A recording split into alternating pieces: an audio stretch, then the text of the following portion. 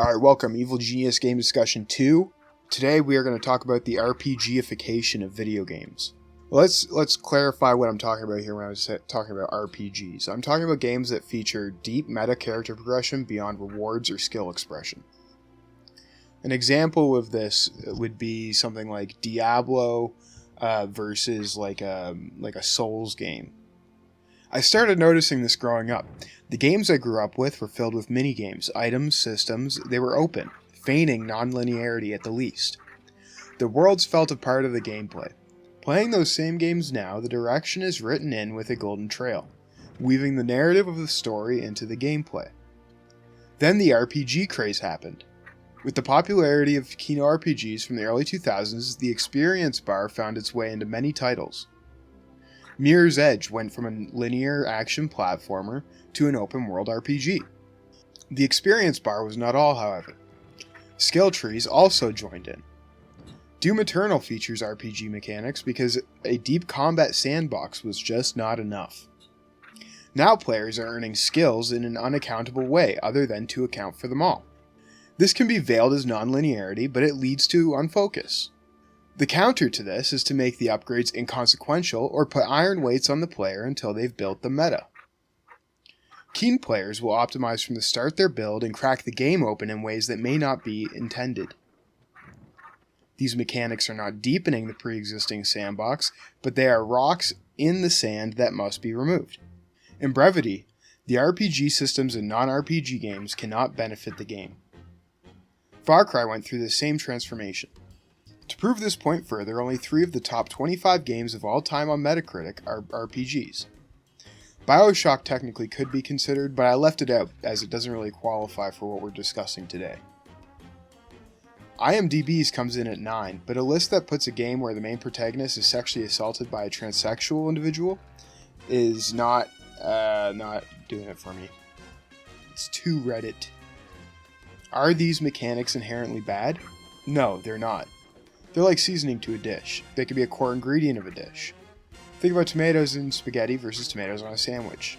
Too much tomato in either dish can ruin it, but the base being tomato in one versus a tertiary ingredient in the other is important. True core RPG games like the old D&D CRPG games, Fallout, and KOTOR use these ingredients as a core part of the experience. Meta stat checks during gameplay gate players, and assuming gameplay is canon, forms a unique experience per mechanic accounted for. The problem arises in these systems when they are used to dilute the soup like ice cubes, replacing individual ingredients and watering the experience down. When a game makes the switch from a pointed experience to a dull wash of one, when everything has to be accounted for, nothing is and the point is lost. In some cases, the reverse happens, when an old heritage game series loses sight of what the point is. Fallout peaked at New Vegas, and since then its RPG nature has been stripped bare. Less choice for the players within the world and infinitesimal scaling, oddly antithetical to an open world. Later Bethesda installments lose all form of nonlinear progression. Todd told Tim Kaine sweet little lies. What do these non-RPG games benefit from these systems anyways?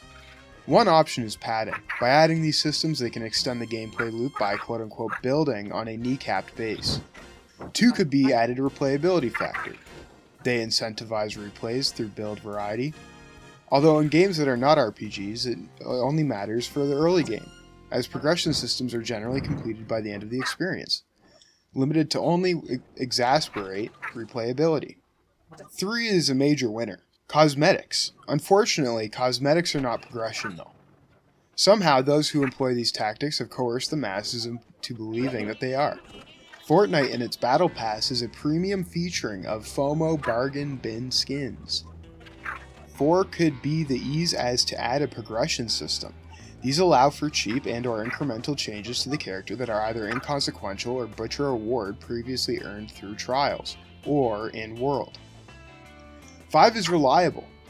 An experience bar and a skill tree system is easy and reliable. With a guided enough game design, players will earn the exact amount they need by important points in the game, replacing the need for trial and world as it's handled now through meta progression. Many great games use these techniques to build the stories and the worlds, however, their drawbacks cannot be ignored as well. One is padding. By padding the systems in the game, the player feels an offense, as their time is not valued by the designer. Faith in the game suffers from the distrust.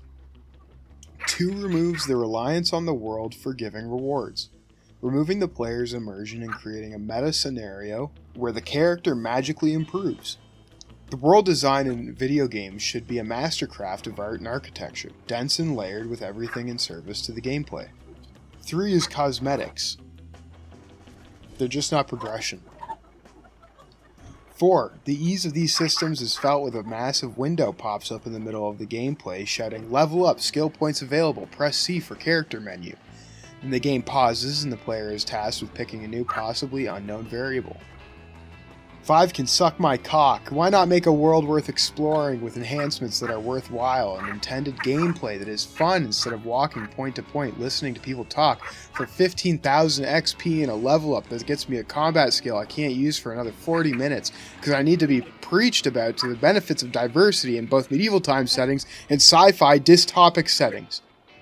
I'm tired of worlds that ignore me with meta progression that gatekeeps me from basic abilities and skills of supposed female heroes that I am to grovel to. I want games for me. Make games for me!